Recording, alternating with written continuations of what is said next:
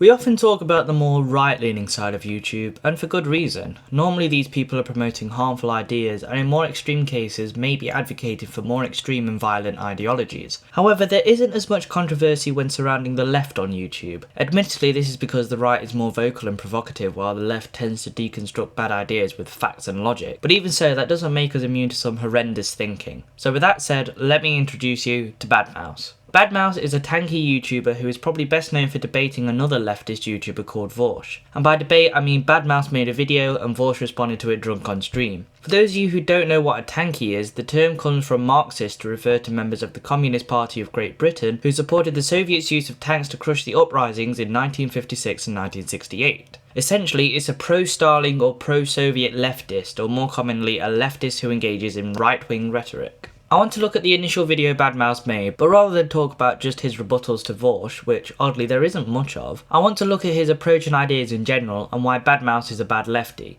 One quick note is that I will be speeding up the footage to save some time and because I use some large portions, but I will link the original video so you can get the context of these quotes. It's also because I hate how this man speaks. I have to say that even I was under the impression, despite everything I've seen of him, that Vaush, or Ian, might have at least understood some general basics about racism. After piling through 3 hours of his debate with Professor Flowers, that turned out to be wrong. I would argue that Vaush explaining multiple times to actual racists that the data shows there is systemic racism in America shows an understanding of racial issues. However, Vaush has gone on record multiple times explaining his position on racism and the difference between racism and systemic racism. For example, there exists racism between different ethnic minorities, but not systemic racism since the system disadvantages all non-white ethnic groups. I mean, how can a person be an oppressor because of their race? Did all the millions of white people in South Africa, individually oppress all the black people there? And I can tell you from my experiences online, there are a lot of black people who are pretty goddamn racist. I think it's kind of silly to pretend that there aren't black people who just are kind of shitty to white people in a way that doesn't have a sort of institutional bias behind it. There is nothing about being white that inherently makes you more racist. Over here in America, there are a lot of black people that are racist against white people. It's not like one tribe ruled America. The tribes that ruled the Americas before we came here conquered other tribes beforehand. So does America belong to the tribe that owned it last, or the first tribes that we can ever anthropologically determine control the territory? These quotes are addressing a few similar but different points. The final few quotes are talking about the idea of what I'm calling inherent ownership, or the idea that a group has an inherent claim to a country or area of land due to a history. For example, both Israeli Jews and Palestinians lay a claim to Jerusalem as their holy land based on their religious texts. I would argue that this is ridiculous on a number of levels, with the main one being that I don't believe land should belong to anyone. However, as Vaush points out, it's likely that any group can trace their lineage to tribes which killed other tribes to gain land, and if we were to give land back to those who it rightfully belonged to based on who was first there, we would have a few thousand people on the face of the earth while the rest of us get jettisoned into space. This is a separate issue to racism, since as I pointed out, religious groups can have inherent ownership, but it can lead to people wanting ethno-states and the like.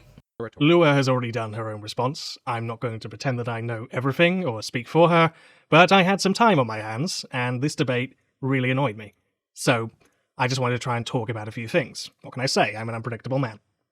The reaction that Ian and his fans exhibited when faced with the general assertion that it's not your right to dictate the terms of decolonization to the colonized is actually not too unfamiliar to me, because it reminds me of, well, me.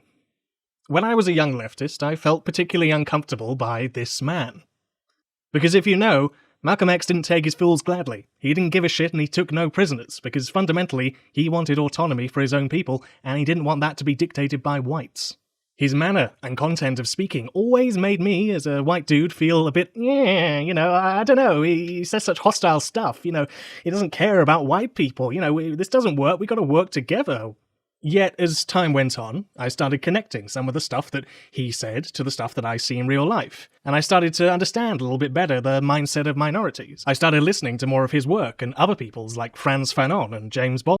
Herein lies the problem. Not only do these quotes not line up with this point, but this isn't the same thing as decolonisation. Decolonisation, as I understand it, is the removal of a colonising or invading force. For example, if early Britons were to remove the French of 1066, that would be a legitimate example. Of course, this is ignoring the history of Britain as being colonised and being the coloniser, but it is a legitimate example nonetheless, as native Britons were superseded by Norman nobles and land was forcibly taken from Englishmen. However, when people bring colonisation up, it's normally in the context of South Africa, as Vaush explains.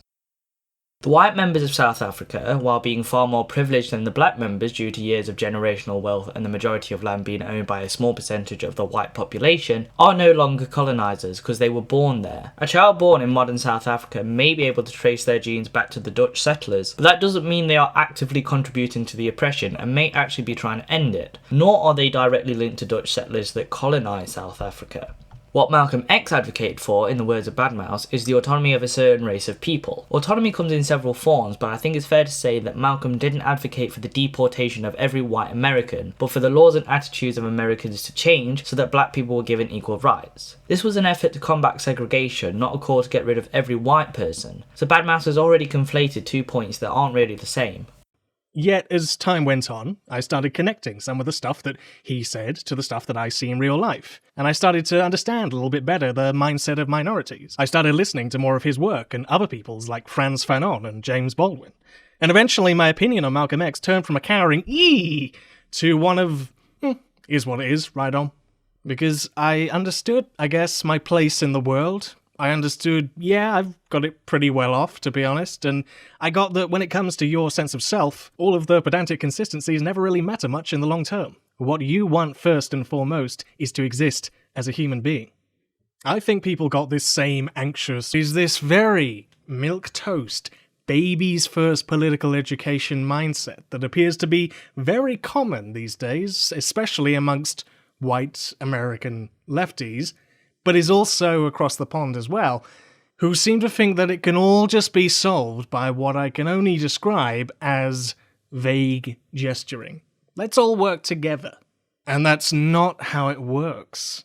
You can't just claim, integration, and then by some magic formula, we all just get along.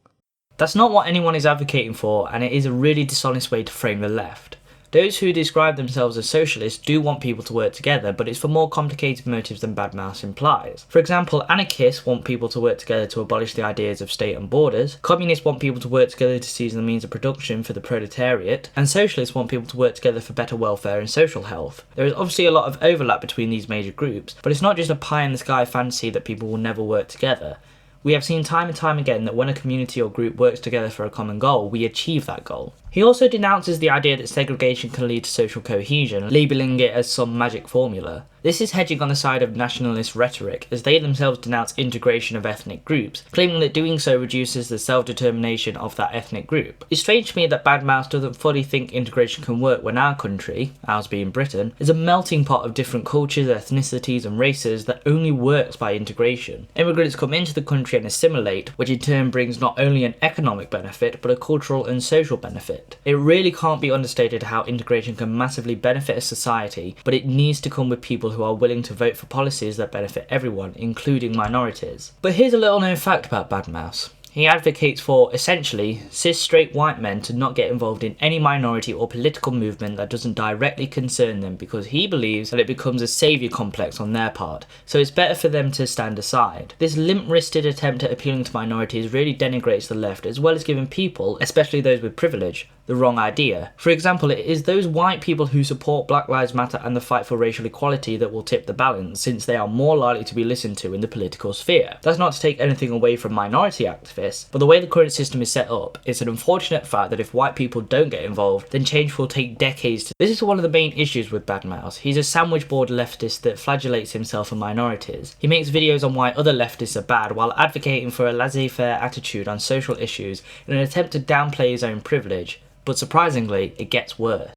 I remember a certain black communist state his absolute disdain for when white pinkos come into black spaces during and after actions and hand out flyers for their org under the banner of, let's unite, but then are never ever seen again. The disdain comes from white people not doing enough, not getting involved in the first place. It's the same as if I posted photos on social media supporting something like Black Lives Matter, while not actually helping the cause by donating money, marching, or educating people about Black Lives Matter. We all know these people in our lives, people who say they support a cause only because it makes them look good, and not because they actually care about it. That's the point of this example, but as you can see from BadMouse's other responses, he thinks the best way for white people to get involved is to step back, which is absolutely ridiculous. Do you understand that that doesn't really seem to fit, right? There's something very performative about it. It's very much unite, but on our terms. Hence why many socialist people of colour prefer the company of other people like them, even if their views don't exactly line up, than with white socialists. And it only really takes a quick look at Ian's repertoire to see why that might be. People of colour relating more closely to other people of colour isn't a mark against Vaush or the way he debates people. It's an innate human desire to spend time with people we feel most comfortable around, even if there are people we agree with more than others. For example, I would much rather hang out with autistic people and other neurodivergent people, rather than neurotypicals in certain circumstances, because of that shared experience. You can't point to this desire as a critique of someone. He's got this incredibly juvenile, gamer bro, populist understanding of race, amongst many other things, that appears to give off a progressive tone, but in reality it just feels mute and hollow. Not to mention egoistic. It's not a reactionary perspective to want to not talk to white leftists. It's you being arrogant and starting with the position that I am right, everybody come to me. Oh, they're not coming to me? Well then in that case, they must be reactionary. I don't understand this criticism, since Vaush talks to a lot of white leftists. He actually gets more upset with lefties he disagrees with rather than those on the alt-right, because he believes that these leftists are giving the political wing a bad name by aligning more with nationalists and Stalinists, a lot like a certain someone in this video. Vaush doesn't start from the position they are wrong through sheer arrogance. It's a result of debating with these kinds of people for years that gives him a justified sense of caution when talking to them. After watching his debates with tankies, I can say with confidence that Vaush goes into these debates with the goal of understanding why these people think they do, and to hopefully change their minds. If anything, it's more arrogant to presume you know the mind of your opponent than it is to be proven right time and time again. But of course, it's not just Ian, it's systemic. And I think part of this comes down to the way we're often taught about topics like nationalism in school and the media, by just simply showing the white boogeyman, and not understanding it as a very serious thing that has a lot of complexities and duality to it. I will agree that we are rarely, if at all, taught about black nationalism or any race nationalism, although I don't agree that there is any complexity or duality to nationalism. Nationalism is a pretty easy topic to understand and the arguments for it are easy to dismantle. On the other hand, there are topics that fall under this descriptor, so maybe nationalism wasn't the best example to pick. But rather than going through point by point, I want to use this last bit as a jumping off to look at BadMouse's worst point he makes in this video. Take a very known example. The Nation of Islam is, of course, well known for its highly homophobic, sexist, and frankly weird views. I bet even Ian might label them as racist towards whites. This comes across to someone who not only doesn't understand how racism works, but someone who hasn't looked that far into the Nation of Islam, because they are absolutely racist towards white people. However, as I have said before, there is a difference between minorities being racist towards white people and the systemic racism minorities face because of centuries of oppression by white people. It's not inaccurate, as this smug chuckle suggests, to label Nation of Islam as racist. But in their position as an oppressed group, they are still in the mission of helping black self-determination, be that in prisons, drug rehab, and housing and employment projects. Those are all things that speak to the people they're talking to, and just as a matter of fact, they often do it a lot better than many communist groups in the United States. So, yeah, think about that. So that is a very easy way of understanding why there is a difference between black and white nationalism, and how the common reduction of it into a vile mass of in-group and out-group dynamics just doesn't hold up. Because there are very genuine claims made by one group that simply doesn't compare to the other. There is fundamentally no difference in any ethnic nationalism, since any ethnic nationalists, be it black, Asian, white, etc., all advocate for self-determination or the idea that they should be allowed to control or determine their own race and what would be best for them. This often comes with the belief in an ethno-state, but on the fundamental level, nationalists espouse the idea that races and ethnicities should remain separate and not assimilate into a separate society and culture. It is fundamentally the same as white nationalism, except for non-white people.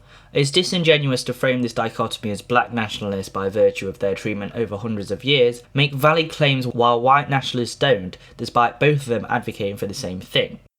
Hopefully this has shown you how BadMouse is one of those leftists who doesn't understand what he's talking about and has a weird complex where he buys into a black nationalist narrative because he so desperately wants to appeal to minorities. There's a lot more I could talk about in both of these videos, and maybe I will at some point, but honestly, I had to make a video about this guy because he gives leftists a bad name.